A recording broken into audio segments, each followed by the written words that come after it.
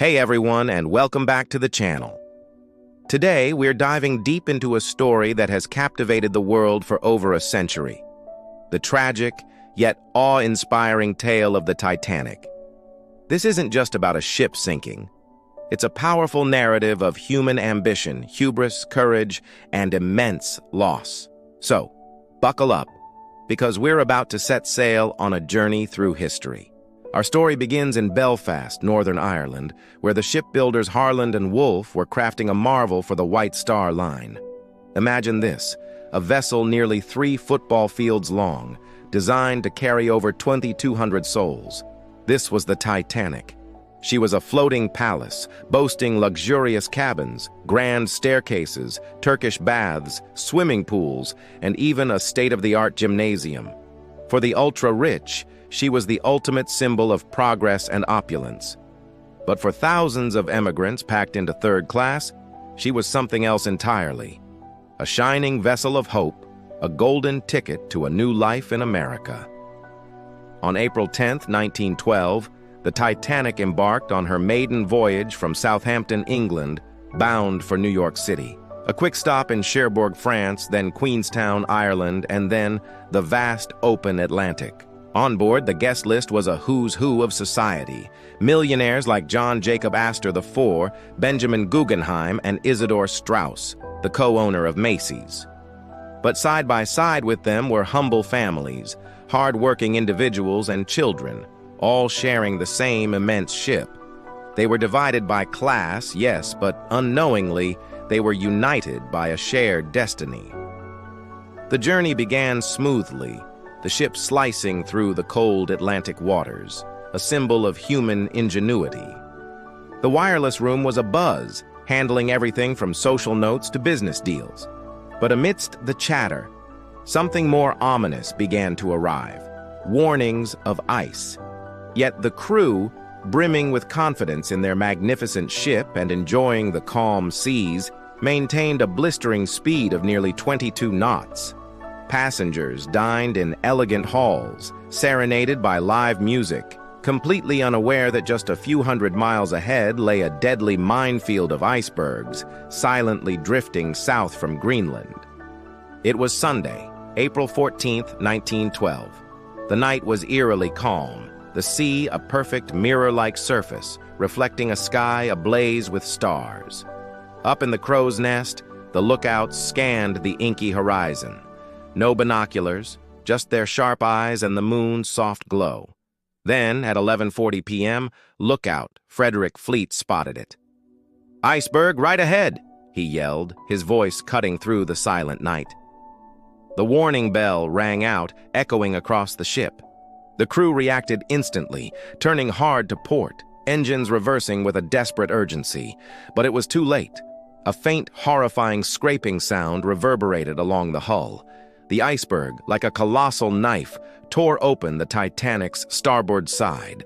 Watertight compartments, designed to keep her afloat, were breached, one after another. 6 of them, to be precise. The ship's designers had calculated she could withstand 4 flooded compartments and still float. 6? That meant she was doomed. Captain Edward Smith, a seasoned sailor on the cusp of retirement, ordered his crew to assess the damage. The ship's brilliant naval architect, Thomas Andrews, who had helped design the Titanic herself, delivered the grim prognosis: she will sink in less than 2 hours. Slowly, almost imperceptibly at first, panic began to spread. Most passengers, still in their grand halls or cozy cabins, didn't grasp the gravity of the situation. The ship felt steady, the lights still glowed warmly, the band still played on. Few could truly comprehend that this unsinkable colossus was dying beneath their very feet.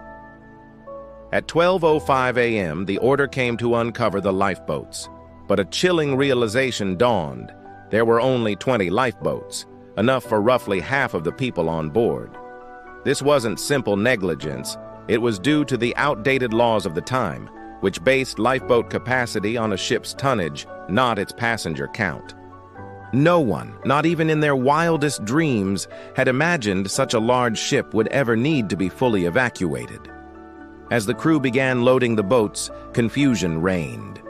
The cry of, "Women and children first," echoed across the decks. But many lifeboats were lowered, tragically half empty. Passengers, gripped by disbelief and a misplaced sense of security, hesitated, believing they'd be safer on the perceived safety of the Titanic.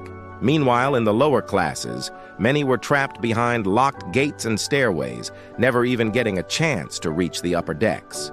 Amidst the growing chaos, the ship's band, led by the brave Wallace Hartley, continued to play.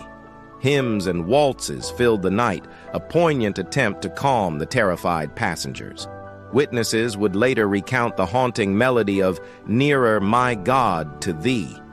Above them, the Titanic's bow dipped lower and lower into the freezing Atlantic.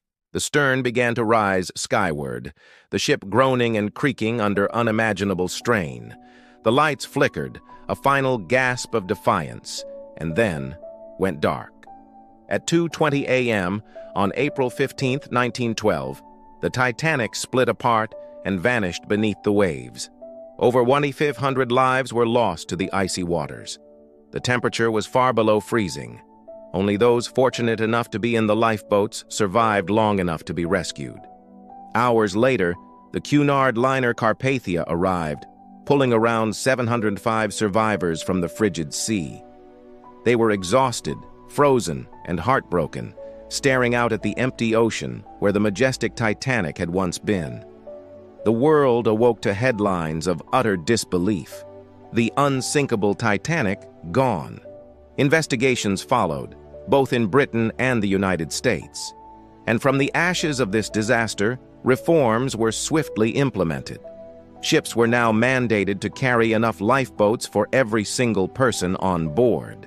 24-hour radio watches became compulsory, ensuring no distress call would ever go unheard again. And the International Ice Patrol was formed, a guardian against future tragedies in the North Atlantic. These were lessons etched in unspeakable sorrow. Today, more than a century later, the Titanic rests about 3,800 meters deep at the bottom of the North Atlantic. Discovered in 1985, her remains lie in two main pieces, a ghostly monument surrounded by relics of a bygone era, delicate fine china, worn shoes, personal letters, and countless memories frozen in time. The Titanic isn't just a shipwreck. She's a timeless story that reminds us of human ambition, of the sometimes dangerous line between confidence and hubris, of incredible courage in the face of despair, and of profound loss. She's a powerful reminder that no matter how advanced we believe ourselves to be, nature ultimately holds the final word. So what does the Titanic truly teach us?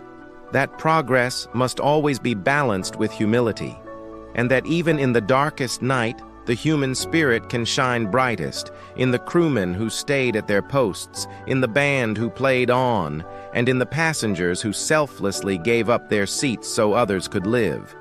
If this incredible story moved you as much as it moved me, please give this video a thumbs up, share it with a friend who loves history, and make sure to subscribe for more powerful journeys into the past. We're dedicated to turning the greatest moments of history into unforgettable stories, told with heart, art, and imagination.